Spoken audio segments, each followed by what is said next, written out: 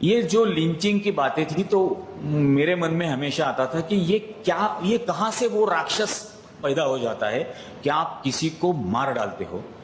तो मैं गुजरात में करीब 3-3.5 महीने रफीक कुरैशी नाम से रह रहा था और पहले अहमदाबाद में जो कैटल ट्रेडिंग करते थे, जो बूचर्स थे, उनके साथ दोस्ती की। फिर उन्होंने ही मुझे यह नाम दिया रफीक कुरैशी, और उनके साथ फिर मैं राजस्थान में अलग अलग गांवों में और गुजरात के भी डीसा में जो इलीगल पशु बाजार चलते हैं वहाँ से कैटल ट्रेडिंग करने का, गाय भैंस पाड़े परचेज करके गुजरात के अलग अलग स्लॉटर हाउसेस में बेचने का। तो ये मैं करता था और ये करीब 3-3.5 महीने चल रहा था। मैं खुद 32 ट्रकों में बैठ के अलग अलग दिनों पर मैंने ट्रैवल किया और बीच रास्ते में किस तरह से बजरंग दल एक्सटॉर्शन करता है। गाय का ट्रक अगर आपको लाना है तो 14,500 या 15,000 रुपये आपको देने पड़ते हैं। भैंस का ट्रक लाना है तो 6,500 देने पड़ते हैं। पाड़ों का ट्रक अगर ला रहे हो तो 5,000 रुपये देने पड़ते हैं। और वो पालनपुर में चौधरी नाम के है बजरंग दल के, वो ये पूरा नेटवर्क चलाते हैं। मैं 30-32 ट्रक लाया था और उस दौरान मैं एक बार उनके पास भी गया उनको मिलने के लिए कि मुझे धंधा बढ़ाने का है, आप थोड़ा सा पैसा कम करो। और मैं बाकायदा स्कल कैप पहन के और पठानी ड्रेसेस वगैरह वो पहन के ही मैं घूमता था, रहता था। तो मैं उनके पास चला गया कि आप थोड़ा सा आपका फीस कम करो, मेरे को धंधा बढ़ाने का है। तो बोले कितना करेगा? तो मैं बोला मैं रोज 40 ट्रक लेके आऊँगा और मुझे बम्बई तक लेके जाना है। तो उन्होंने मुझे बोला कि नहीं, मेरी जिम्मेदारी गुजरात तक ही है, आपको अगर बम्बई लेके जाना है तो बलसाड़ में बाबूभाई देसाई नाम के दूसरा एक शख्स है हमारा, उसको महाराष्ट्र बॉर्डर क्रॉस करने के लिए अलग से पैसा देना पड़ेगा, उसका रेट अलग है। मेरा बलसाड़ तक का जिम्मेदारी है, तो वो आपको करना पड़ेगा। तो फिर मैंने उनको पूछा कि, और उनका एक रूल है कि चमड़ा उनको देना पड़ता है, मतलब जानवर काटने के बाद मुफ्त में चमड़ा उनको देना है और वो एक्सपोर्ट करते हैं। तो मैं उनको पूछा कि आपके धर्म में तो ये अलाउड नहीं है। तो उन्होंने बोला कि अभी आया है ना, तू बैठ चाय पी। तो मैं उसके सामने बैठ गया। तो उन्होंने बोला कि हाँ हमारे धर्म में अलाउड नहीं है। तो मैं बोला फिर आप ये गाय के चमड़े का व्यापार कैसे करते हो? तो उसने बोला ऐसे दीवार पे लक्ष्मी की मूर्ति थी, तो उसने पूछा ये पता है क्या है? मैं बोला हाँ कोई भगवान है।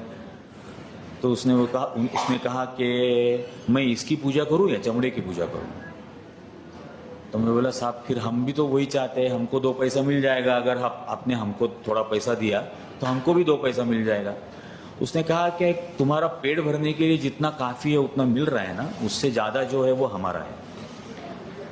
फिर काफ़ी बातें उसने उस वक्त बताई कि करीब रोज 1.5 करोड़ रुपया पालनपुर के वो जो अमीरगढ़ का चेक पोस्ट है वहां पर एक दिन में रोज 1.5 करोड़ रुपया इकट्ठा होता है। ईद के बाद आना, तब बात करेंगे, शायद कुछ थोड़ा बहुत कम करेंगे, तो ईद के बाद आना।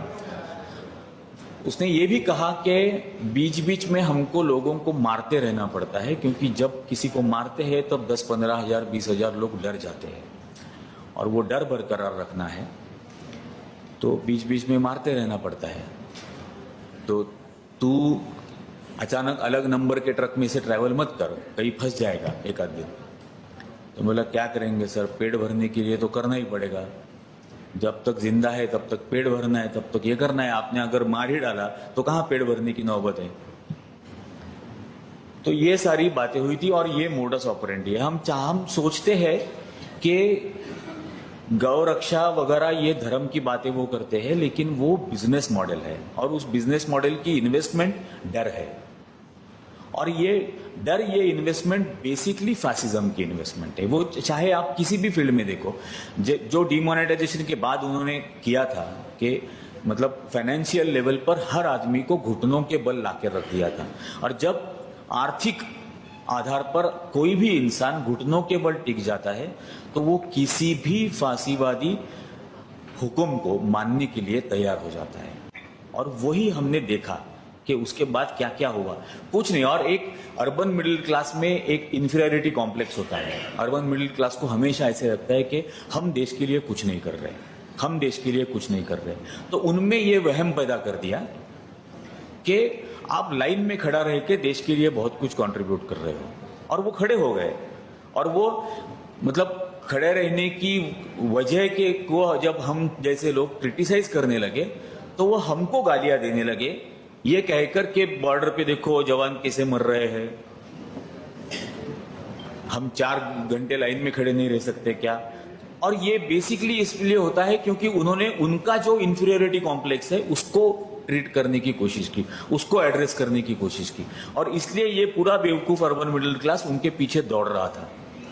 लेकिन ये जाकर कभी कोई देखता नहीं है कि वाकई में ये क्या हो रहा है, ये किस तरह से